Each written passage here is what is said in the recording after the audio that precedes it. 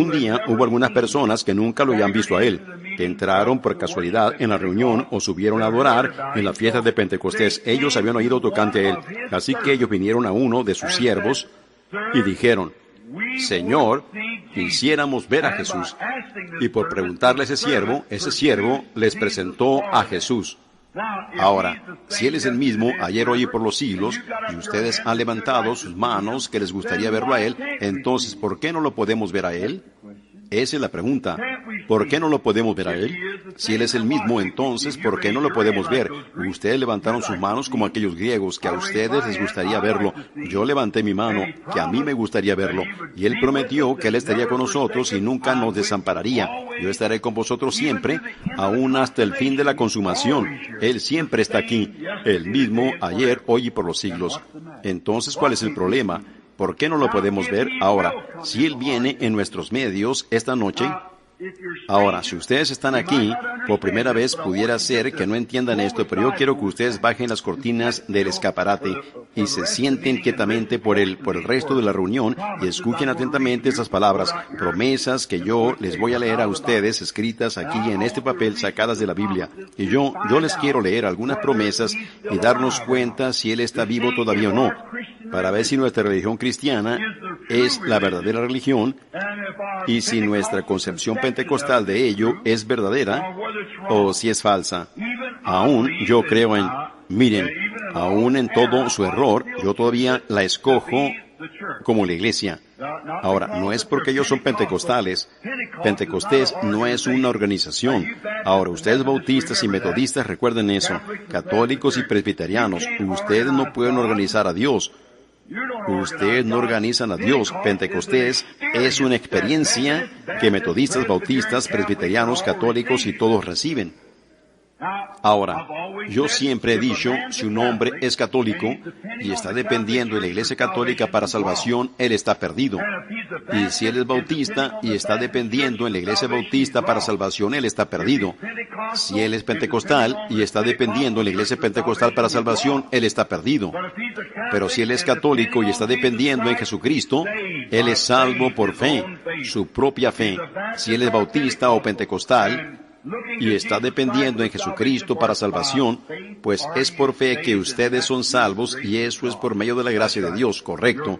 Su fe personal en Jesucristo es lo que lo salva a usted. Ahora, si este es su libro, yo tuve una entrevista no hace mucho con un sacerdote católico. Él fue a mi casa para preguntar tocante a que si yo había bautizado a una muchacha que cuando ella era una bebé, o mejor dicho, cuando era una muchachita como de 15 años, ella se volvió a casar y se casó con un católico. Él la tuvo que volver a bautizar y el obispo me hizo algunas preguntas y él me preguntó si yo la había bautizado y le dije que en el bautismo cristiano por inmersión. Él dijo, la Iglesia Católica solía hacer eso. Yo dije, ¿cuándo? Así que él regresó al pasado y dijo, en los días de la Biblia. Yo dije, entonces reclama usted que la Biblia es que la Iglesia Católica escribió la Biblia. Dijo, Jesucristo organizó la Iglesia Católica y puso a Pedro como el dirigente de ella y a los 12 apóstoles y esa fue la primera Iglesia Católica. Yo dije, entonces si es infalible y no cambia, ¿por qué ahora se han hecho tantos cambios? Bueno, ustedes tienen 10,000 mujeres allí a las que ustedes les oran, gente muerta, y hay un solo mediador, dice la Biblia, entre Dios y los hombres, el hombre Jesucristo, no Marías ni nada más, ¿ven? Yo dije, ¿por qué? Él dijo, bueno, ve usted, señor Branham, nosotros no debemos arguir sobre la palabra. Yo dije, yo no estoy arguyendo sobre la palabra, yo solo le estoy preguntando a usted. Yo dije, yo tengo las 2 Babilonias de Hislop, yo tengo las historias más antiguas que pude encontrar, tengo los padres de Nicea, el concilio de Nicea, el concilio de Prenicea, y todas aquí en mi estudio. Muéstreme en alguna parte en donde hubo una iglesia católica, sino hasta el año 305. Muéstreme en dónde estaba. Él dijo, usted está citando historia. Yo dije, ¿cómo supe yo que hubo un George Washington aquí, sino por medio de la historia? Muéstreme algo diferente, ¿ve? Yo dije, eso es exactamente correcto. Dios nunca organizó una iglesia y nunca fue el plan de Dios hacerlo. Las organizaciones, la madre iglesia es la católica y todo el resto de ellas salen de esa misma organización de acuerdo a Apocalipsis 17. Eso es exactamente correcto, rompiendo el compañerismo. Todos somos uno, pentecosteses para metodistas, bautistas, católicos, presbiterianos, el que quiera que venga y tome de la fuente del agua de la vida gratuitamente, correcto. Ahora, si Jesús es Ahora, yo no estoy hablando en contra de estas organizaciones, pero cuando ustedes levantan una pequeña cerca alrededor, como una cosita que vi en una ocasión de un pequeño mono sentado en el árbol, y él dijo, miró a los otros pequeños monos y dijo, ustedes saben, ellos nos dicen que, nos están diciendo, o mejor dicho, ellos dicen allá que ellos provienen de nosotros. Él dijo que no podía creer eso. Dijo, ¿cercaría yo mi árbol para que mi mono compañero no pudiera venir y coger un coco cuando él lo quisiera? ¿Diría yo que soy el único mono que hay en el árbol? Dijo, bueno, si lo hiciera, entonces la raza de monos está caída. Eso es bueno. Eso es correcto también. Sí. Cuando nosotros tratamos de cercar algo, Dios no levanta cercas, Él derriba las cercas, derribó la pared intermedia de separación, y todo lo hizo uno en Cristo Jesús. El Espíritu Santo es para todos nosotros, para que todos podamos ver la gloria de Dios. En todas mis reuniones, yo nunca lo he visto a él decir, bueno, este hombre es un presbiteriano, así que no puede ser sanado, y este otro es bautista, así que no puede ser sanado. Él no sana a la gente de esa manera. Es en base a su fe y no en base a su denominación, correcto.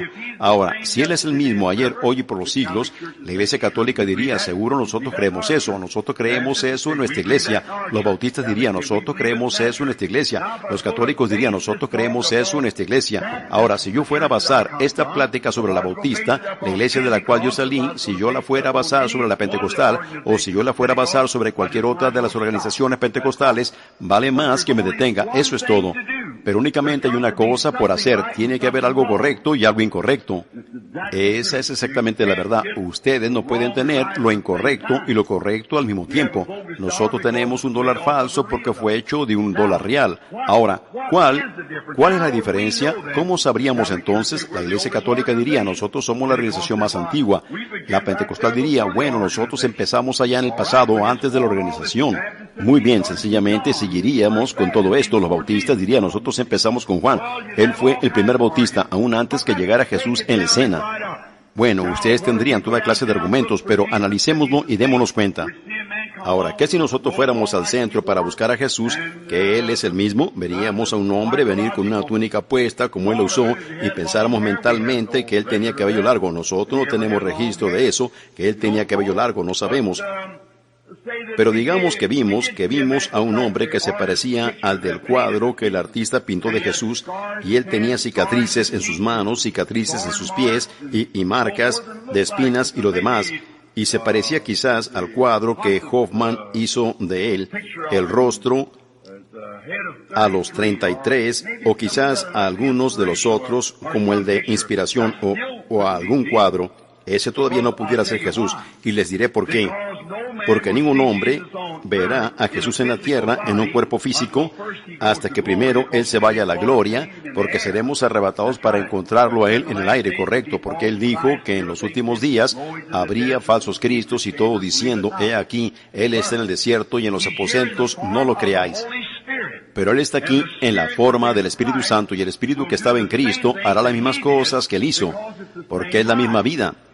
Si ustedes ponen la vida de una vid de uva en una vid de pepino, producirá uvas. Si ustedes ponen la vida de un durazno en un sicómoro, producirá duraznos. ¿Ven? Exactamente correcto, porque es la vida que está adentro de él lo que produce. Y la vida que está en la iglesia de Jesucristo producirá las obras y las características de Jesucristo. Y la iglesia es un individuo. Dios lidia con Israel como una nación, pero con los gentiles como individuos. Ahora, ustedes lo captan, ¿verdad? Ven, individualmente, una nación será salva cuando Israel vuelva a Dios. Israel nacerá de una sola vez, de la noche a la mañana, cuando Él vuelva a Dios. Pero entonces, cuando se refiere a los gentiles, son individuos. Él toma un pueblo de los gentiles por causa de su nombre, formando a su novia. Ahora, ¿qué haríamos entonces esta noche si nosotros nos quisiéramos dar cuenta en qué iglesia está Él? Si yo quisiera ver si Él está en la iglesia pentecostal, si yo quisiera ver si Él está en la iglesia bautista o en la iglesia católica, la organización más antigua, o en cuál de ellas, o en la luterana, la cual le sigue a la católica y luego sigue Wesley y así sucesivamente. Si yo fuera allá a buscar en esas iglesias, ¿qué buscaría? ¿A un hombre que se pareciera a Él? No. Pudiera haber muchos hombres que se parecieran a Él, exactamente. ¿Qué buscaría yo? Bueno, yo buscaría un hombre que tuviera una vida en Él. Yo buscaría una iglesia que tuviera un espíritu en ella, igual que su espíritu. ¿Ven? Yo buscaría ver sus obras.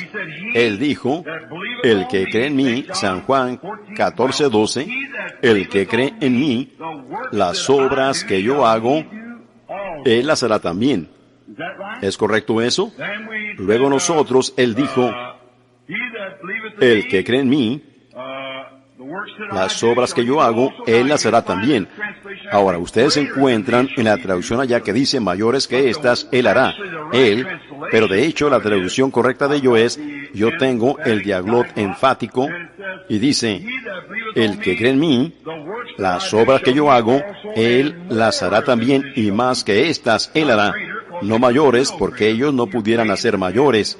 Él levantó a los muertos, sanó a los enfermos, detuvo la naturaleza, no hay nada que pudiera ser mayor, pero no es en calidad, sino que es en cantidad que Él pudiera hacer más, porque en ese entonces Él, Dios, estaba en un solo hombre, Cristo Jesús, en Él habitó la plenitud de la deidad corporalmente. Ahora, cuando esa columna de fuego descendió en Pentecostés, ustedes se fijan, lenguas de fuego se asentaron sobre cada uno de ellos. Antes que ellos empezaran a hablar en lenguas, hubo lenguas de fuego. Ese era Dios separándose Él mismo de ser la columna de fuego para estar en cada miembro de su iglesia. Dios separándose Él mismo para que así Él mismo pudiera estar universalmente en donde quiera a la vez. En estos momentos, servicios de sanidad se están llevando a cabo en África. El cojo está andando, el ciego está viendo por todo el mundo. La Iglesia Universal del Señor Jesucristo en individuos, hombres, quienes están viviendo y le sirven a Él. Dios mismo se separó y Él mismo se colocó entre ellos. En aquel día vosotros conoceréis que yo estoy en mi Padre y vosotros en mí, y yo en vosotros. Ven, yo estaré todavía un poco y el mundo, el cosmos allí, el orden mundial, no me verá más, mas vosotros, la iglesia, me veréis, porque yo es un pronombre personal, yo estaré con vosotros, aún en vosotros, hasta el fin del mundo. Correcto, yo estaré con vosotros. Ven, la Iglesia Universal del Señor Jesucristo, yo estaré con vosotros, las obras que yo hago, vosotros las haréis también. Ahora, pensemos solo un momento ahora lo que Él hizo en ese entonces, veamos qué clase de obras Él hizo y cómo Él mismo se dio a conocer. Ahora, tomemos por ejemplo que Él fue llamado el Mesías, y el Mesías significa el ungido, el Cristo. Él había sido prometido desde el huerto del Edén, allá en Génesis. Ahora, solo regresemos y démonos cuenta. Ahora, leímos esta noche de San Juan 12, regresemos a San Juan 1 y luego nos daremos cuenta lo que Él era. Y si podemos encontrar lo que Él era, y a qué iglesia Él pertenecía, a qué organización Él iba, y entonces si es nuestra organización, nosotros podemos estar satisfechos con ello.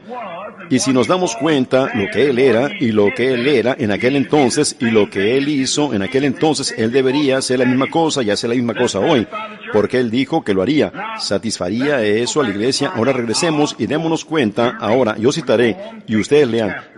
Y cuando se vayan a casa, tomen estos capítulos a los que yo me refiera aquí. Y luego, cuando tengamos, si fuéramos a tener un servicio de sanidad constante, continuaríamos martillando desde Génesis hasta Apocalipsis para mostrar que esta es la verdad. Ahora, ustedes pudieran tener todas sus ideas fijas, así también los fariseos, de lo que el Mesías haría cuando Él viniera. Pero Él vino un poco diferente. Sin embargo, Él vino exactamente según la Escritura dijo, de la manera que ellos, que la Escritura dijo que Él vendría. Ahora, fijémonos en Él solo un momento. Nos damos cuenta que después de su nacimiento, cuando llegó a los 30 años de edad, su primo segundo, Juan, estaba bautizando en el desierto, y Jesús fue allí y fue bautizado, y los cielos fueron abiertos, y él vio al Espíritu de Dios descendiendo como una paloma, y él se fue al desierto y fue tentado por 40 días por el diablo, y regresó con su ministerio. Y la primera cosa que él empezó a hacer, lo encontramos aquí en Juan, él empezó a sanar a la gente enferma, y luego allí estaba un hombre que se llamaba Andrés, Juan 1, que había creído en él. Tomémoslo a él solo por un momento. Tomemos ahora cómo él mismo se dio a conocer como el Mesías. Ahora recuerden que Dios siempre da señales y prodigios.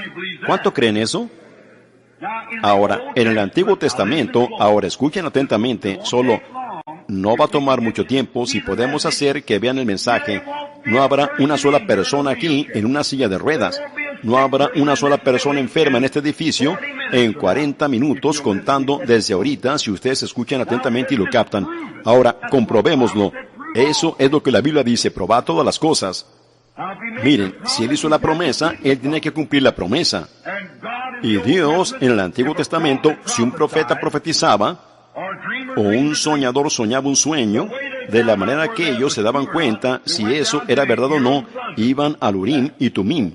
Los pastores y los demás saben tocante a eso. La pechera de Aarón, él tenía las 12 piedras, las piedras de nacimiento de los patriarcas.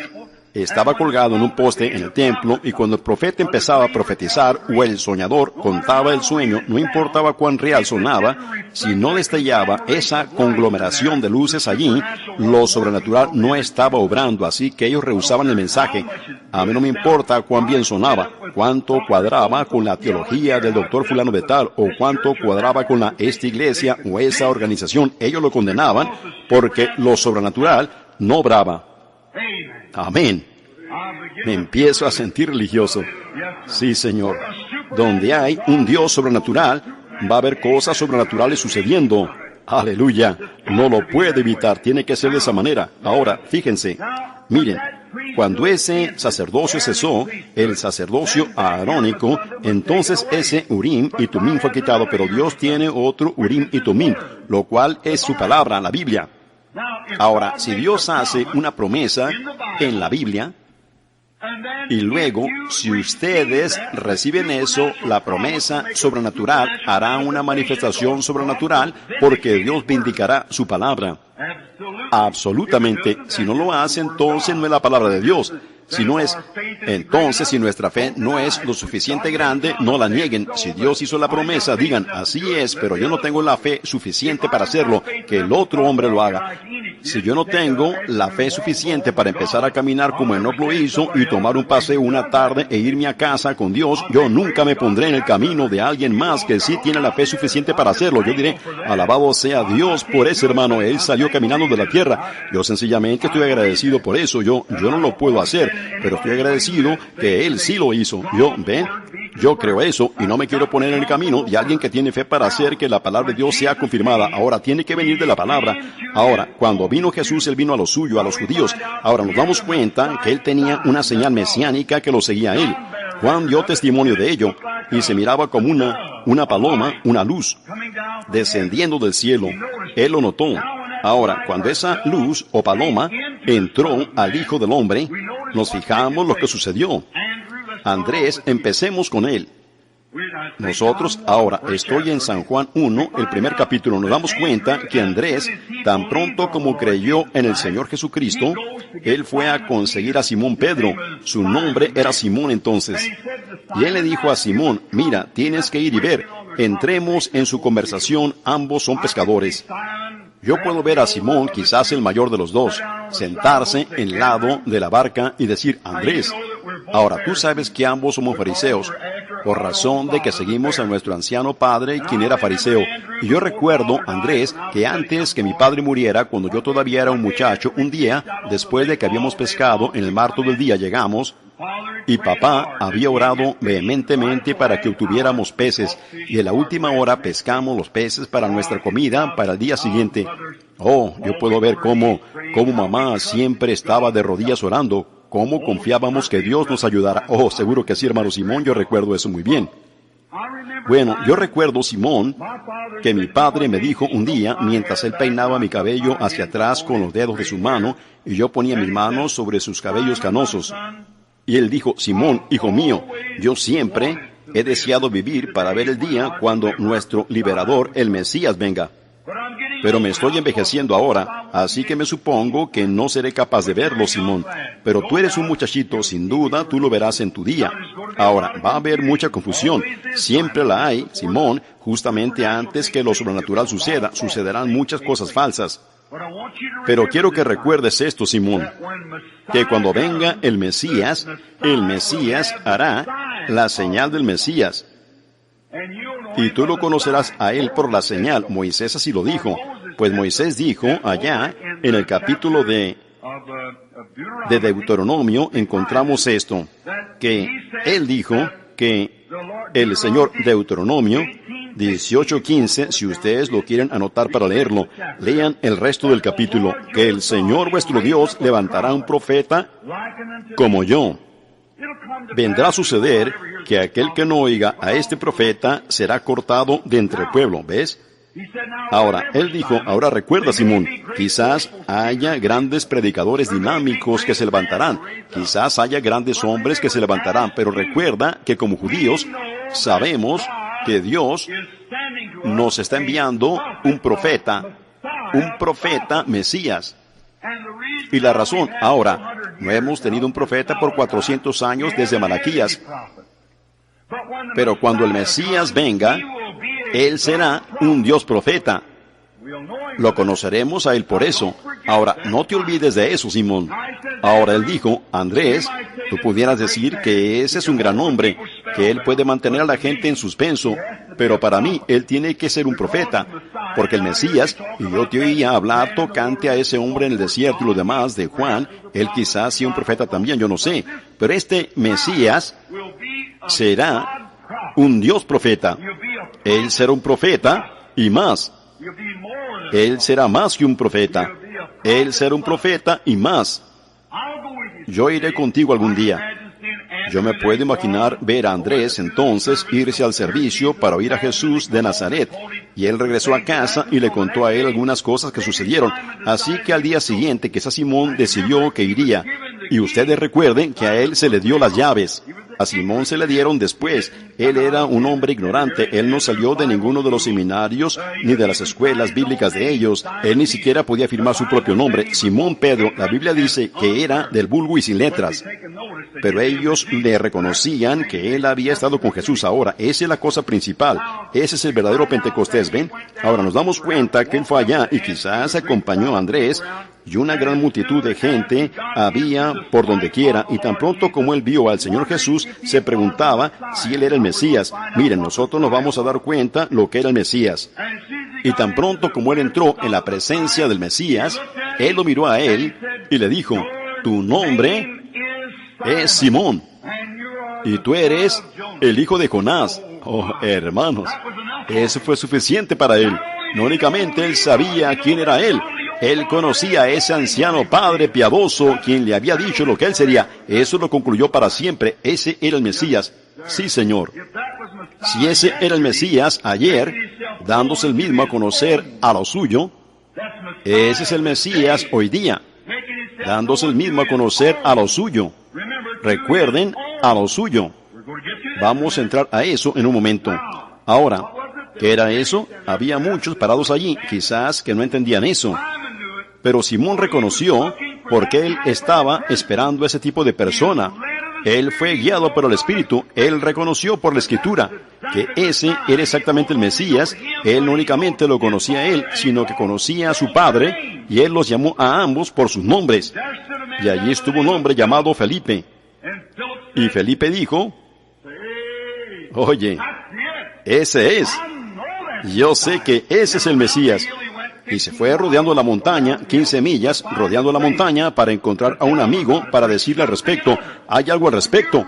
Cuando usted realmente recibe una visión de Cristo, que no se puede mantener quieto, usted le tiene que decir a alguien al respecto. Solo un toque de él y pone su alma en fuego.